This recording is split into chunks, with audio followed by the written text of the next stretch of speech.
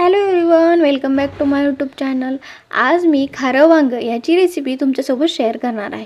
आणि मसाला घालून गेलेली वांग्याची भाजी सर्वांच्याच आवडीची असते, त्यामुळे मलाही आवडते, म्हणून मी ती आज बनवत आहे।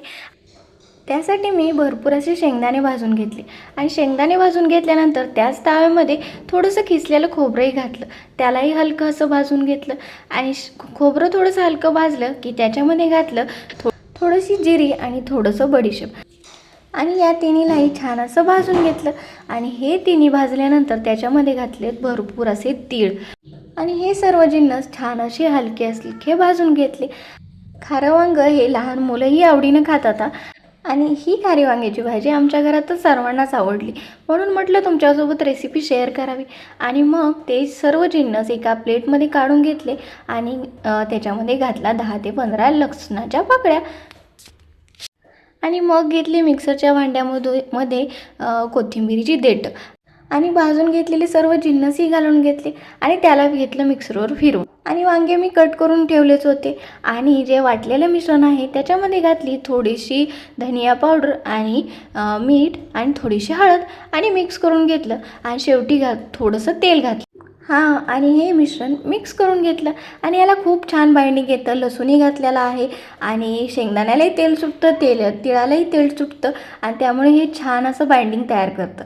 आणि जे वांगे कापून घेतलेले आहेत हे मिश्रण छान असं भरून घ्यायचं आणि भरपूर सारण असं भरल्यानंतर वांग्याची भाजी चवीला चविष्ट लागते। आणि तयार भरून झाली वांगी आणि शेवटी कढई ठेवली तापायला आणि त्याच्यामध्ये घातलं भरपूर असं तेलामध्ये घातली जिरी मोहरी आणि जिरी मोहरी तडतडली, मग घातलं जे वांग्यामधून भरून राहिलेलं जे सारण ते या तेलामध्ये घालून घेतलं आणि छान असं तेल सुटेपर्यंत कमी गॅसवर भाजून घेतलं। हे मिश्रण भाजत आहे तोपर्यंत मी एक गोष्ट सांगते।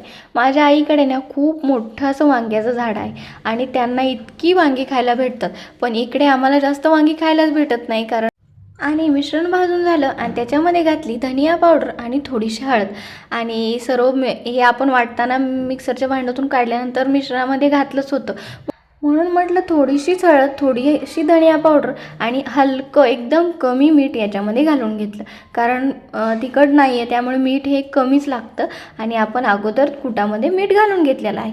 आणि ज्या ताटामध्ये वांगी भरून घेतली होती त्याच्यामध्ये हलकं असं पाणी घालून ते याच्यामध्ये घालून घेतलं आणि छान असं मिक्स करून घेतलं आणि छान बारीक चिरलेली कोथिंबीर घालून घेतली। मस्त दिसते ना वांग्याची भाजी। मिक्स करून घेऊन त्याच्यावर ठेवलं एक ताट आणि ताटामध्ये घातलं पाणी। असं ताटावर पाणी ठेवल्याने ना भाजी खाली लागत नाही आणि जे ताटाला पाणी सुटतं वाफ तयार होते आणि त्याच्यामध्ये ही भाजी छान अशी शिजते। आणि जे ताटामध्ये पाणी ठेवलं होतं त्याच्यामधलंच मी हलकं पाणी मध्ये एकदा घालून घेतलं आणि झाकण पुन्हा एकदा ठेवून दिलं आणि छान एक 10 ते 15 मिनटामध्ये भाजी छान शिजलेली आहे। आणि बघा तयार झाली खाऱ्या वांग्याची भाजी।